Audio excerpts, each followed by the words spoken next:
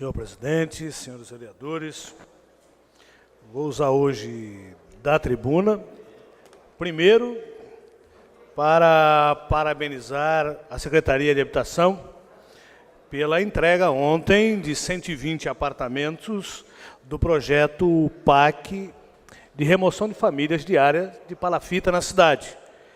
E falo isso porque, para mim, que estive envolvido nesse projeto desde o nascedouro dele, é uma satisfação pessoal ao ver que o poder público ele consegue atender, ter seu papel, que o poder público, o papel mais importante, efetivamente, é ajudar aqueles que mais precisam do Estado, que é aqueles que têm menos recursos. E, com isso, nós vamos estar pagando uma dívida muito grande do município, do Estado brasileiro, com essa população mais pobre da nossa cidade. Mas, apesar da entrega de 120 apartamentos, obviamente que nós temos que elogiar, mas nós temos que refletir também algumas preocupações que tenho com relação ao projeto. Ontem cheguei ao programa um pouquinho mais tarde, porque estava na audiência da prefeitura com relação ao PPA e à lei orgânica do município, tive que acompanhar. Ao chegar no conjunto, logo uma senhora que veio conversar comigo, muito contente, abracei e perguntei a ela, a senhora já pegou a chave do seu apartamento? Ela vira para mim, não, senhor Alfredo, eu não vou para os apartamentos, eu sou das casinhas de Samaritá. Legal, então precise na sua casa tomar um café. Assim que a casa estiver pronta, senhor Alfredo. Mas como assim a casa estiver pronta? Essas casas são aquelas de 2009, do incêndio que nós tivemos no México. Nós removemos a grande maioria das famílias e ficaram 20, que foram invadidas, tive que entrar na justiça com a reintegração de posse. E ficaram faltando, no mês de janeiro, 6 casas reformar, colocar forro, arrumar a porta, e ainda isso não foi terminado. Então, precisa priorizar isso para que a festa seja melhor, porque a gente está tirando gente e vai ficar gente no caminho. A gente está abrindo, esse projeto abre a remoção de famílias aqui do lado da comporta, quem vem pela Imigrantes, sentido Praia Grande São Vicente, aquela área vai abrindo, ali vai se ter a recuperação ambiental, isso é importante.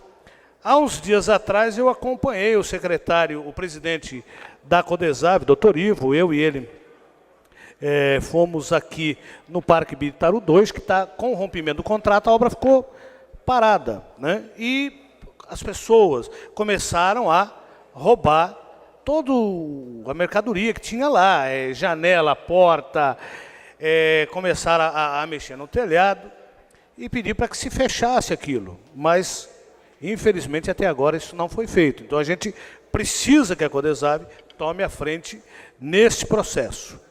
E eu coloco isso porque, às vezes, a gente fala assim, é lógico que a gente tem que elogiar o trabalho, mas o servidor público, o agente público, o papel dele é esse, é prestar o serviço, executar o projeto e encaminhar. Estou muito contente com isso, mas nós temos um papel que também nós temos que refletir.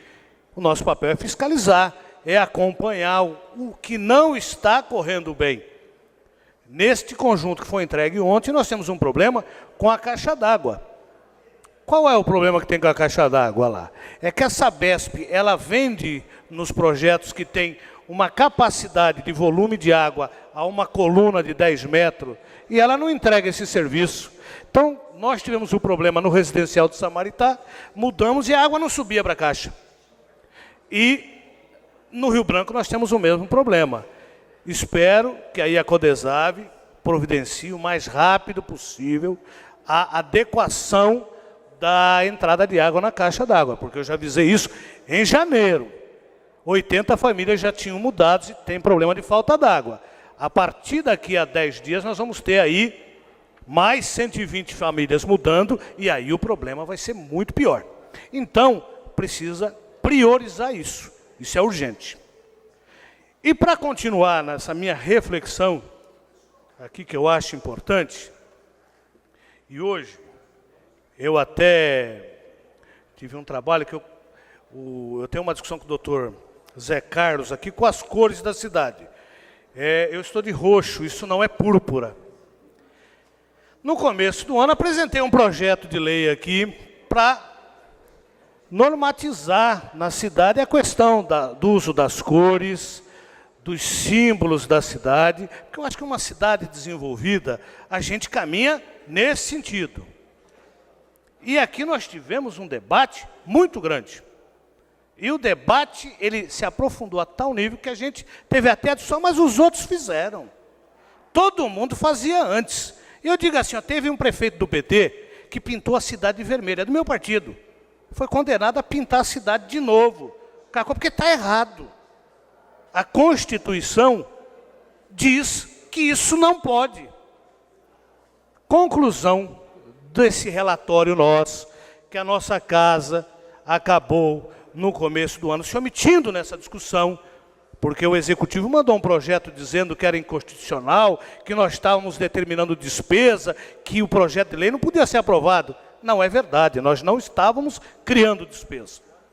Só que agora nós temos um procedimento, uma liminar do Tribunal de Justiça de São Paulo, que manda parar a pintura na cidade do roxo.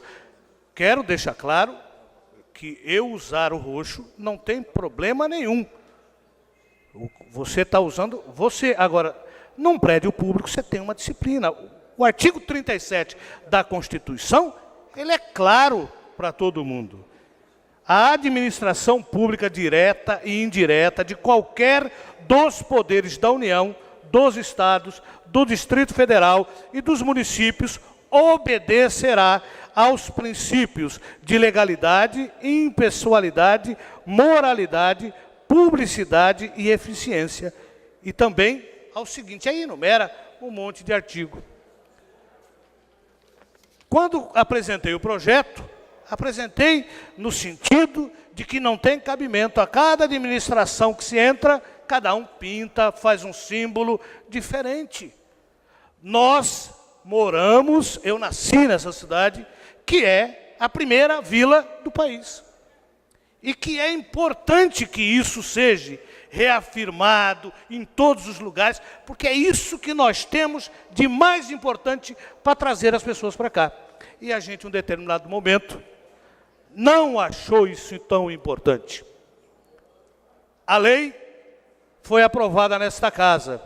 O veto impediu que a lei se transformasse, né, tornando obrigatório, porque ela já coloca que é facultativo, a prefeitura pode ou não.